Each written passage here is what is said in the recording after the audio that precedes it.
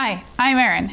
Christmas ham is a tradition for many families, but did you know the tradition started centuries ago in Germany as a tribute to harvest and fertility? Up next, I'll show you how to make a ham that will leave your mouth watering and your guests begging for the recipe on Our Wyoming Life.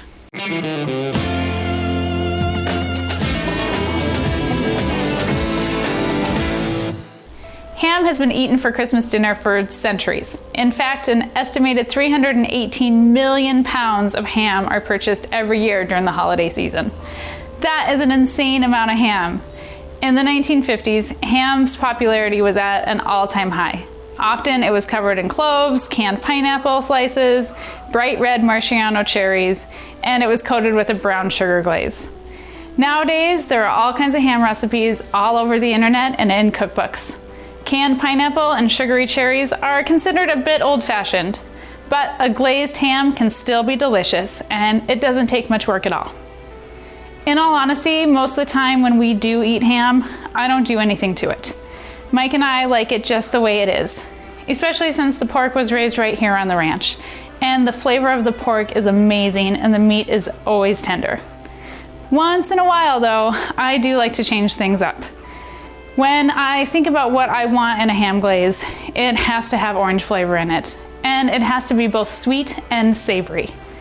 When I started working on the perfect ham glaze recipe, the first thing that I did is I hit the internet, and I looked at a ton of different recipes. And then I start to decide what flavors are my favorites, and I put them together in a way that suits my personal taste. I've come up with something that I think that you're really gonna like. This recipe works great with any pre-cooked ham. It doesn't matter if it's spiral cut ham or not. In fact, you don't even have to use a whole ham. You can use a ham slice or a ham steak. The first step is to line a baking pan with foil. The glaze is sticky and sugary, and it'll be a mess to clean up. Some tin foil will save the day. The ham is placed cut side down on the pan, and a diamond pattern is scored into the fat with a sharp paring knife. This allows the glaze flavor to penetrate the meat. If you have a spiral cut ham, you can just skip the scoring. Now the glaze can be mixed up. This is enough glaze for about a 16-pound ham. Today our ham is about half that size. If you're making a smaller ham though, it's easy enough to just half the recipe or do what we do and make the full recipe of the glaze and keep the leftover for when you enjoy your ham the next day. When you use your leftover glaze, make sure to cook it first. The flavors will balance better after it's heated. 8 ounces of orange marmalade goes into a bowl.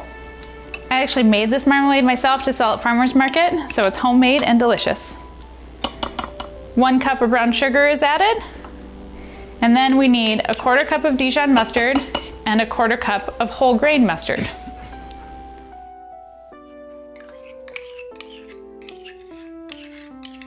And then 3 whole garlic cloves, and we're gonna grate those with a zester. 2 oranges are zested, and then we need the juice of 1 orange added into the bowl. Just a tiny pinch of kosher salt will help balance out all the sweet in the glaze. Be careful though to not overdo the salt, since ham can be quite salty on its own. Mix it all together and pour a generous amount on the ham. A basting brush will help get it into all of the nooks and the crannies. The ham then goes into a 350-degree oven for 8 to 10 minutes per pound for a fully pre-cooked ham, or until the internal temperature reaches 140 degrees. Every 30 minutes or so, more glaze can be added to the ham. Once it's done, pull it out of the oven and let it set for a few minutes before it's sliced. Resting the ham will help keep it juicy.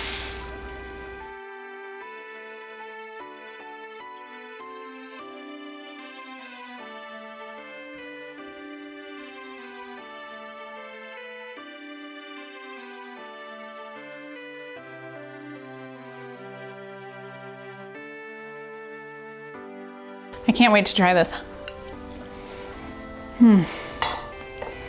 A few simple ingredients can change your ham dinner experience. The glaze is sweet and savory with just a bit of garlic coming through. And there's a little bit of bitterness from the marmalade. For me, it hits all the right flavor notes. Plus, when it comes out of the oven, it's stunning, and it's definitely something worth putting at the center of your holiday table. I hope that you give this recipe a try and that you love it as much as I do. To make your ham even better, find one that's locally raised and help support a local farmer. You can find the recipe below in the description, and don't forget to like us on Facebook and Instagram for pictures and more fun stuff that you can't find here on YouTube. If you haven't subscribed already, please do. We have new episodes 3 times per week for you. Mike's ranch video is out on Sunday mornings. Tuesday, Mike has more ranch work with the project list. And Thursday, you're gonna find a video from me in the gardens or in the kitchen, or we're gonna live stream and answer all of your questions. And in 2 weeks, we're gonna find out how our winter growing is going in the high tunnel, and hopefully we're gonna be harvesting crops for our December farmers market. There's always lots to do here on the ranch, but every day it's worth it. Until next time, thanks for joining us in our Wyoming life.